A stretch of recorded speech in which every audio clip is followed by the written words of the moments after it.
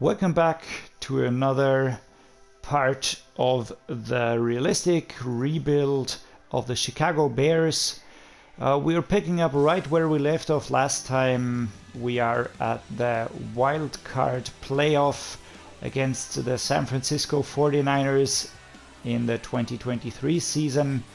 Let's take a quick look at our roster. The offense should be revealing a few development traits right now. Yes, it does. And all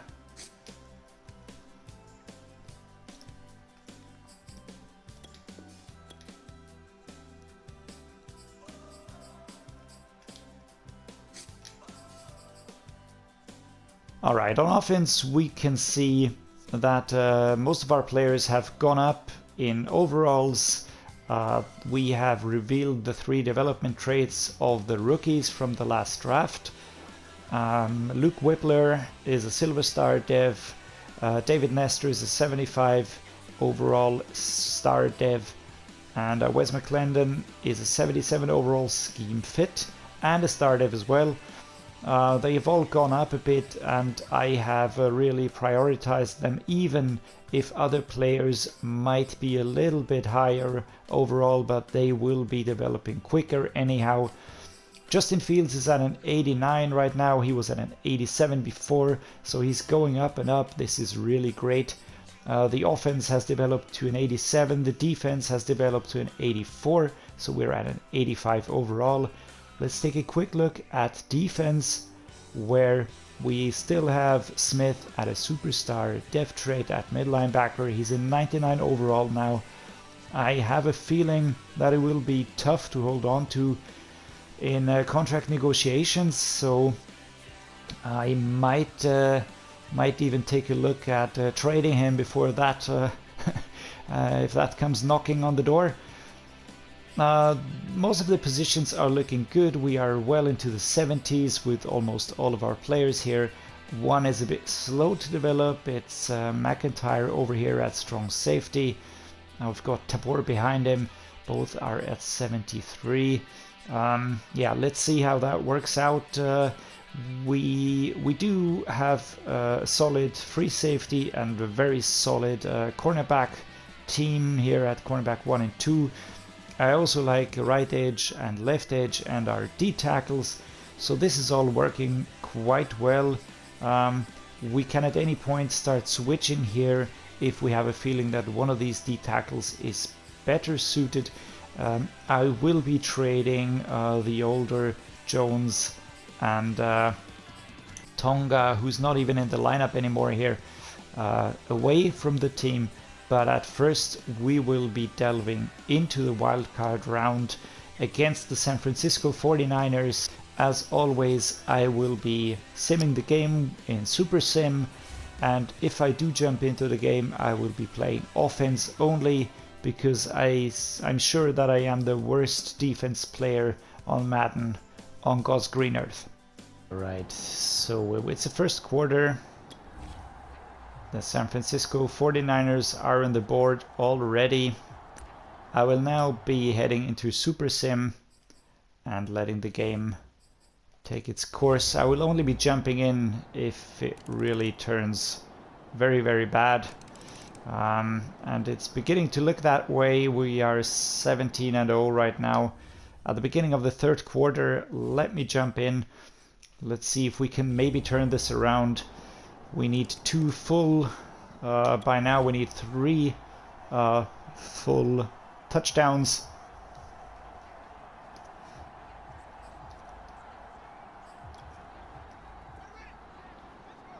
So yeah, Justin Fields here. We will be trying a run. I do think that Montgomery should be able to make some progress here. I was trying to get away, but no way. Burgess was too quick here, and Montgomery was stopped, but we did pick up the first down, so that's a positive at least. It's a lot of running game suggestions here, so yeah, let's try go with these, be on the safe side. I do think that we need to be quicker. The 49ers defense is very strong.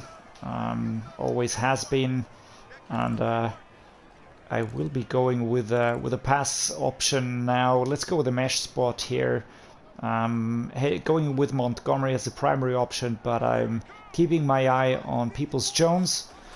So, but a nice pass on the run, and we go out of bounds. We need all of these seconds, and I need to get a touchdown quickly. So Darren Mooney picking up that pass. Trey Lance has fielded his team very well.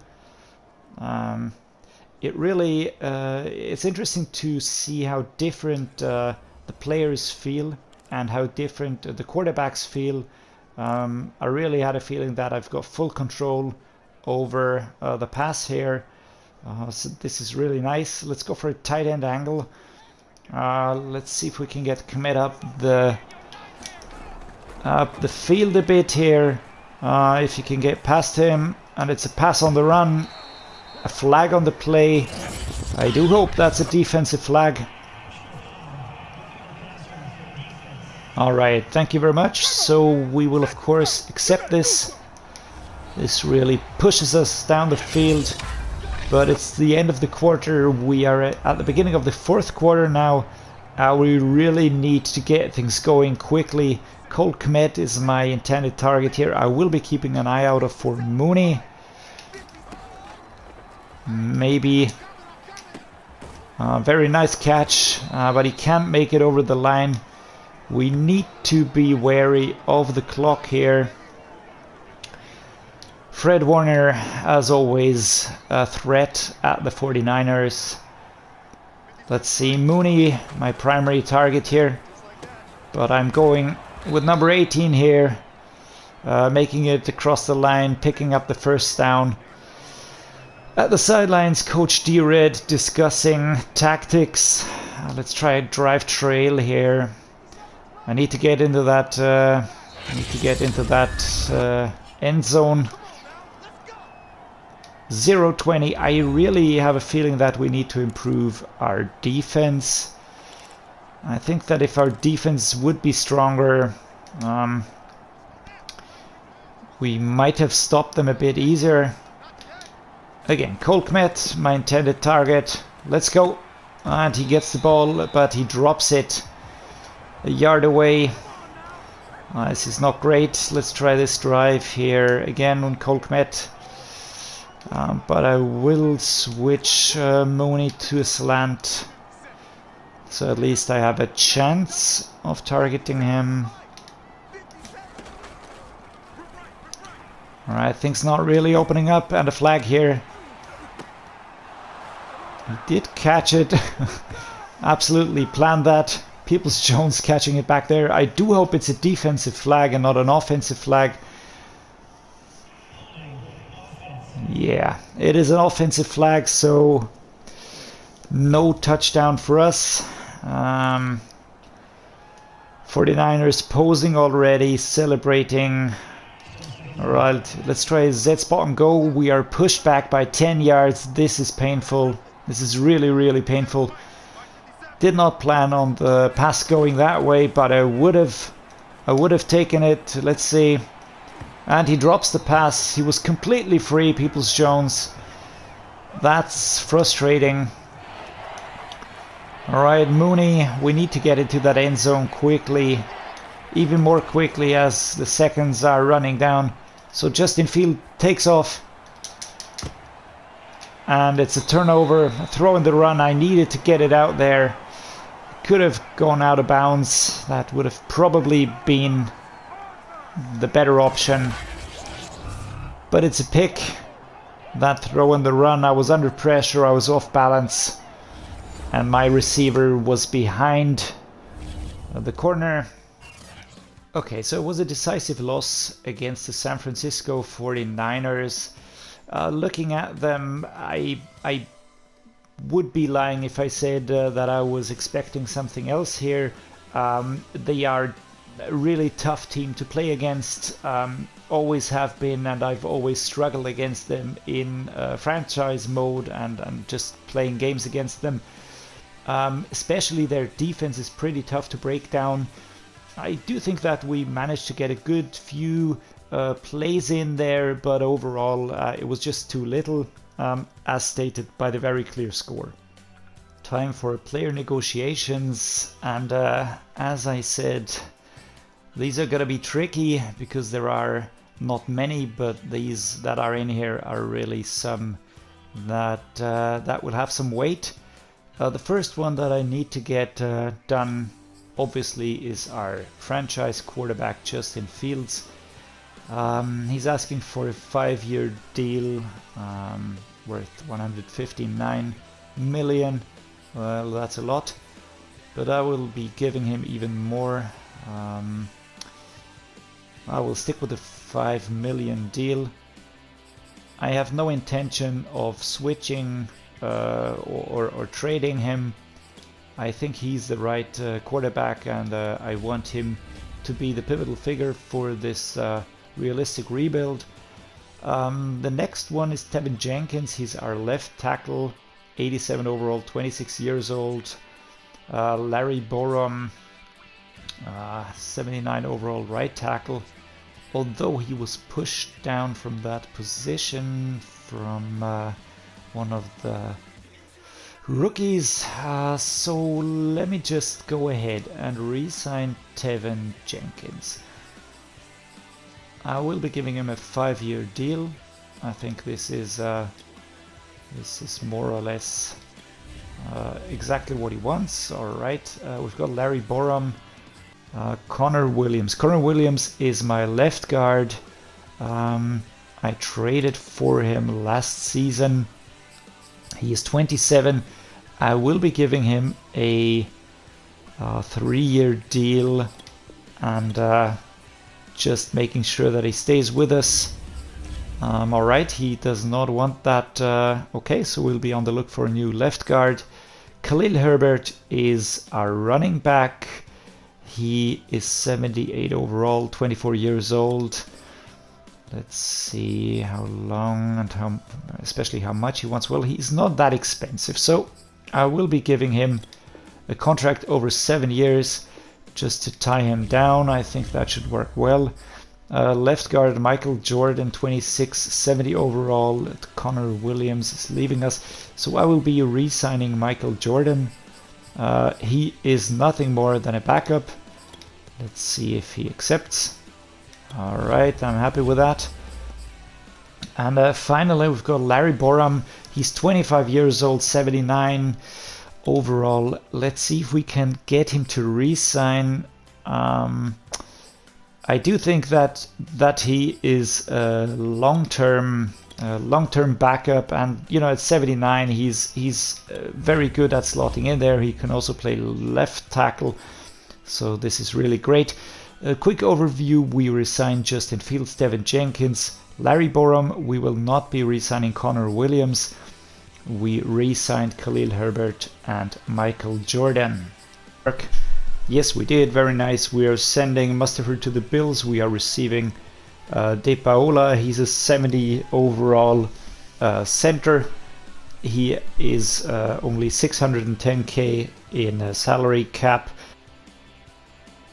We're at the beginning of the 2024 season, preseason game against the Raiders ahead of us. What I will do now is we will take a look at our roster as it stands after a few trades that we did before the draft and the draft itself. All right, we will generate the best lineup, and then we will head in and correct it as I see fit. McClendon, I want to be my starter. Nestor is injured, sadly, so Mace will be starting. Whippler is my starting center. I do feel that we need to do something at left guard here. There is an issue that we need to address. So we will be doing that shortly. Apart from that, I do think that we can work with what we have here going into the new season. The next thing that I do want to do is clear out our D-tackles. We have a lot of D-tackles down here, and I honestly want to have Togiai as my starting D-tackle, and I will be trading away Jones and Tonga. Alright, so we managed to trade Jones and Tonga, 2 D tackles, to the Jaguars. We are receiving a left guard, Cohen, who is 22 years old, so definitely the right category of player we're looking for. Alright, we have completed a deal. We're sending Nick Morrow to the Rams along with 2 draft picks, 7th round, 6th round pick for the 2025 draft. We are receiving mid linebacker Thompson, so it's a positional switch. He's 24 years old. Morrow was 29 and starting to decline, so we needed to act on that, and we're reducing cap space as well. Alright, it's now time to head to mid-season. I think we have done everything we can do in the off-season. My main target is to get to the playoffs again. So let's head to mid-season. The mid-season point 2024, we find ourselves at the bottom of the NFC North. This time the Lions are topping it with a 5-1. We are at 0-7. I'm starting to have flashbacks to the 0-17 and 17-0 rebuild that I just did with the Browns.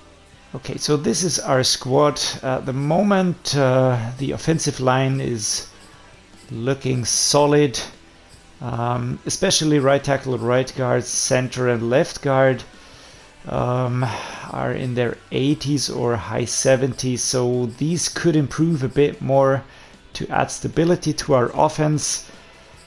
Justin Fields has gone up 1 overall. He's now at a 90.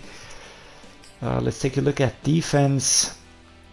I'm not quite sure what the issue is at the moment, but we seem to be lacking punch. Okay, so at the end of the 2024 season, we are at the bottom again. We are at 3-14. It's extremely weird how up and down our seasons seem to go. This time around, it was absolutely terrible. The first season half were only losses. We were at 0-7 when we last checked in at the mid-season point.